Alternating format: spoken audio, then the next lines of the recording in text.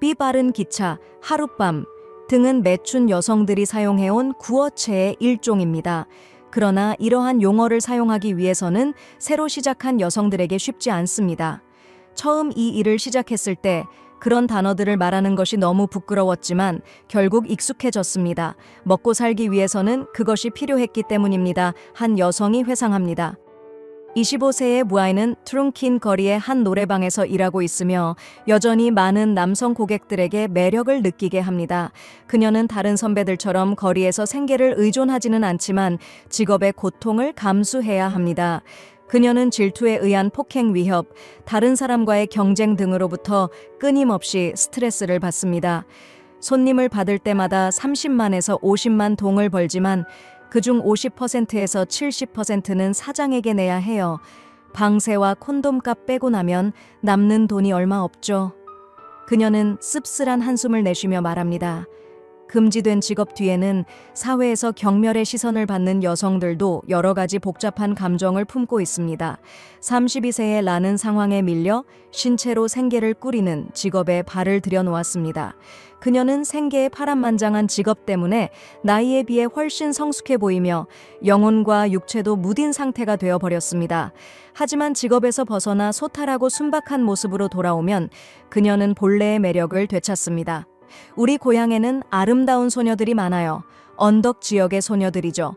그녀는 열정적으로 말합니다. 가난한 고향에서 태어나 자란 그녀는 형편이 어려운 대가족의 장녀로 일찍부터 가족을 돕기 위해 일을 해야 했습니다.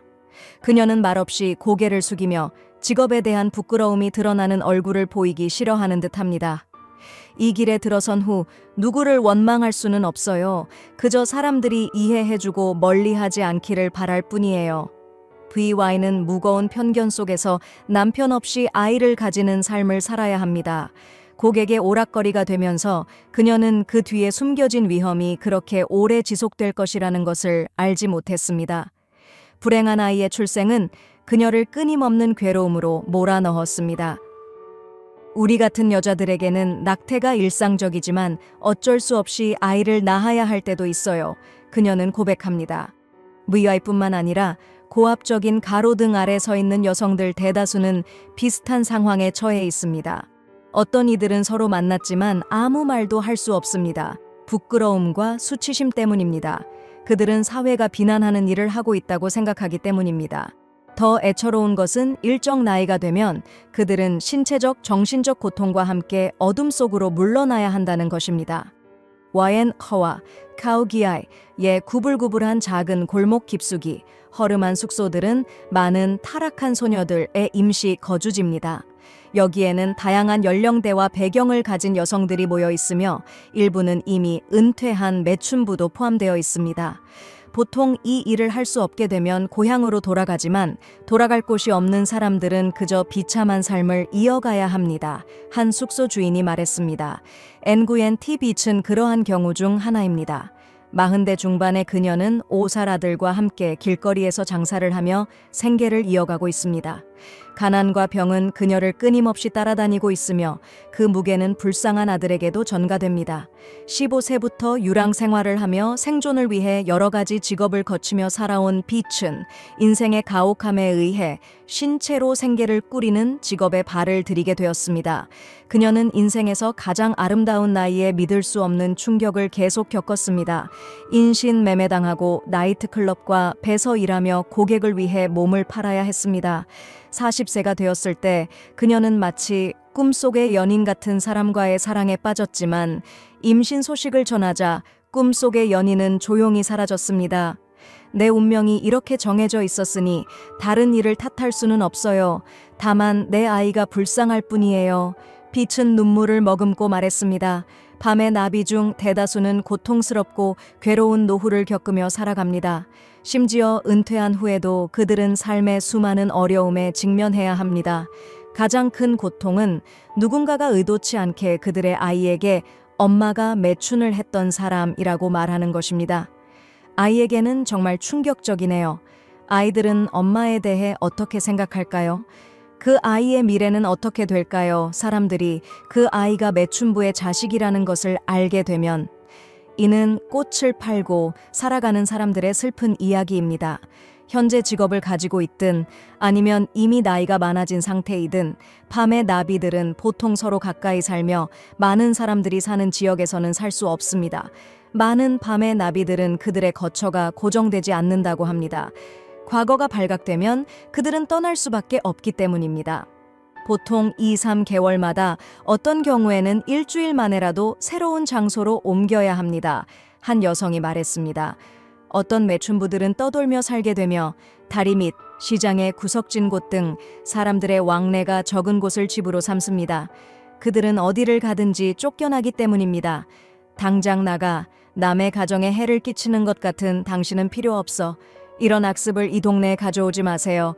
이는 옌이라는 매춘부가 이미 익숙해진 비난의 소리입니다.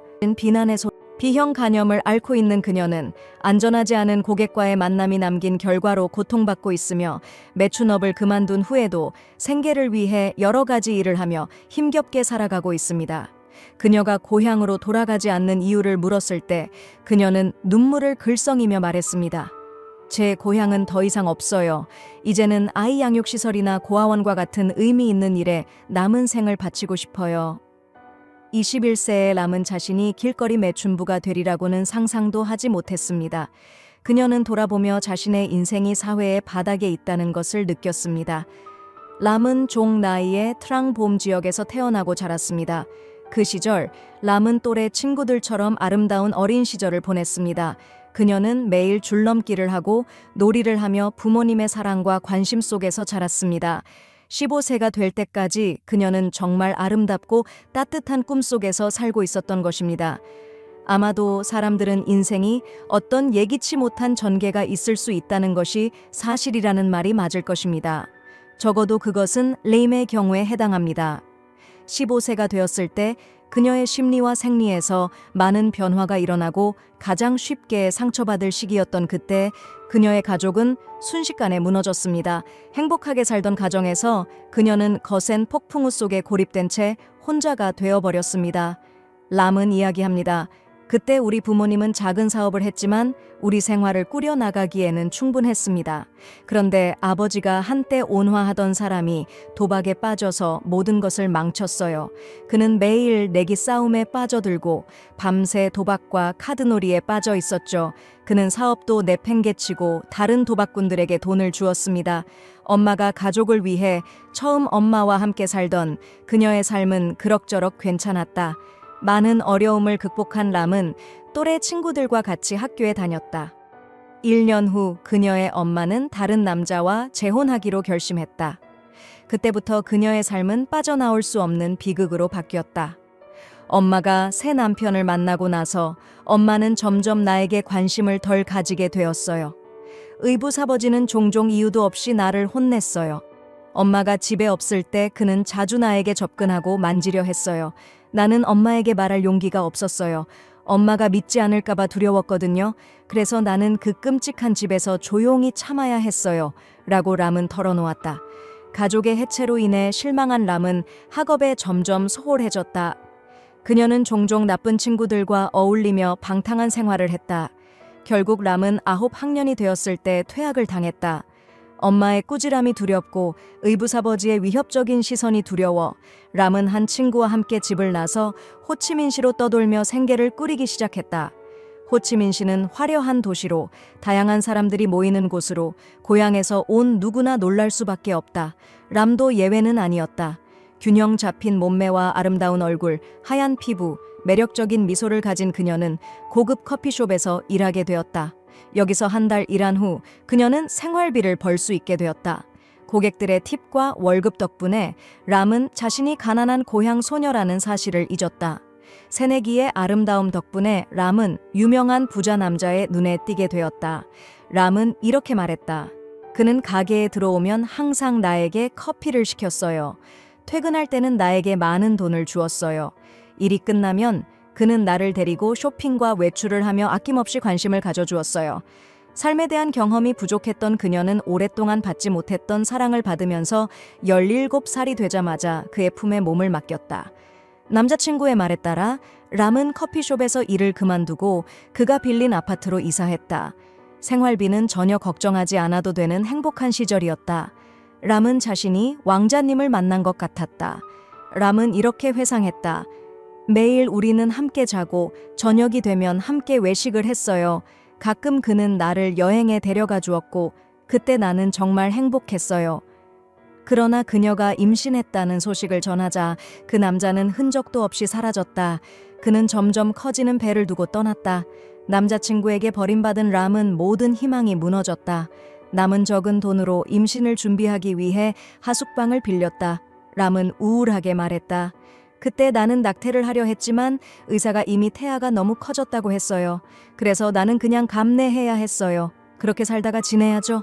그를 생각할수록 더 증오가 커져요. 아마 지금 나는 그 때문에 남자들을 아주 미워하고 있어요.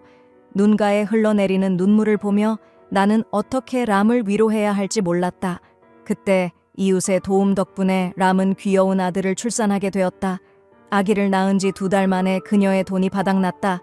여러 날 고민 끝에 람은 눈을 감고 길거리에서 아기를 키우기로 결심했다. 매춘부가 된 것은 아마도 람이 내심 예상하지 못했던 일이었다.